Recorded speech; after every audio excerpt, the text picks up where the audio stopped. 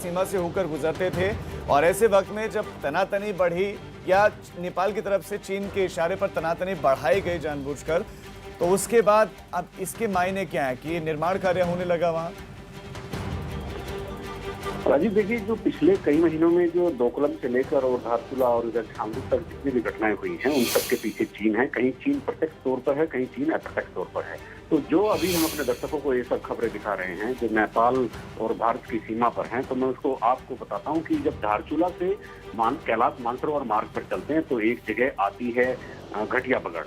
तो वहाँ ये जो हेलीकॉप्टर जहाँ से उड़ान भर रहा है, तो ये घटिया बगड़ जगह है और वहां पर इन्होंने जो सड़क को काटने के, सड़क बनाने के इक्विपमेंट वहां पर उतारे हैं और फिर ये हेलीकॉप्टर उड़ गया है। और ये इसका बेस कैंप धारचूला के सामने जो एक नेपाल का डिस्ट्रिक्ट है दारचूला, तो वहां मिलिट्री के बेस कैंप से हेलीकॉप्टर उड़ता है और यहाँ सामग्री लाके फिर ये वापस चला जाता है।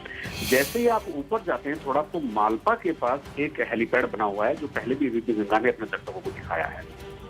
उसके ऊपर जैसे रास्ता बढ़ता है तो बूदी, गुंजी और नाभीढांग और छांगरू, ये सब पूरा इलाका आ जाता है और वहां से चाइना की सीमा ऊपर शुरू हो जाती है। वहां पर नेपाल के पास कोई रास्ता अपने लोगों के लिए नहीं था, तो वो नदी पार करके और तब अपने घरों को जाते थे। लेकिन ये सामरिक महत्व के लिए जो उनका अपना जो अपनी इम्पोर्टेंस है कि भारत से कैसे मुकाबिल हुआ जाए, तो वो चीन उसको इसी तरह से फंडिंग करके और उसकी जो सरहद है जो भारत से लगी हुई है, वहां पर इंफ्रास्ट्रक्चर खड़ा करने की जो एक मुहिम चल रही है, ये उसी के अंतर्गत सारा काम हो रहा है। तो नेपाल आर्मी, अभी आपने जैसे दर्शकों को दिखाया भी कि जो एक सड़क वहां बनी है, तो सुदूर पश्चिम जो प्रांत है उनका, उनके मुख्यमंत्री त्रिलोचन भट्ट ने उसका उद्घाटन किया है।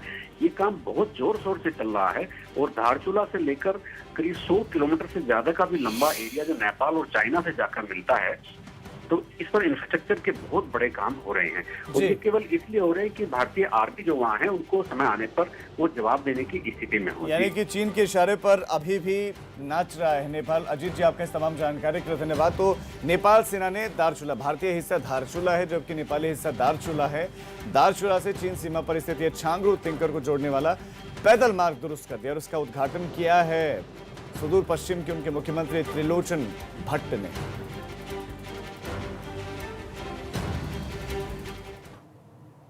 उत्तराखंड में सैलानियों की एंट्री पर छूट देने के बाद अब पर्यटक स्थलों पर सैलानियों की भीड़ बढ़ने लगी है, लोग दिखने लगे हैं। मसूरी में भी अब सैलानियों की आवाजाही बढ़ रही है, मगर अभी भी शहर के मुख्य पर्यटक स्थलों पर रौनक लौट नहीं पाई है।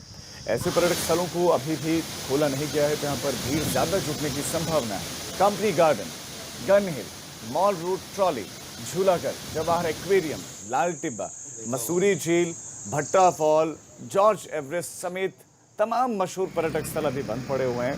कोरोना की वजह से पर्यटन कारोबार बुरी तरह से प्रभावित हुआ है, मगर अब पर्यटन व्यवसाय धीरे धीरे पटरी पर लौट रहा है।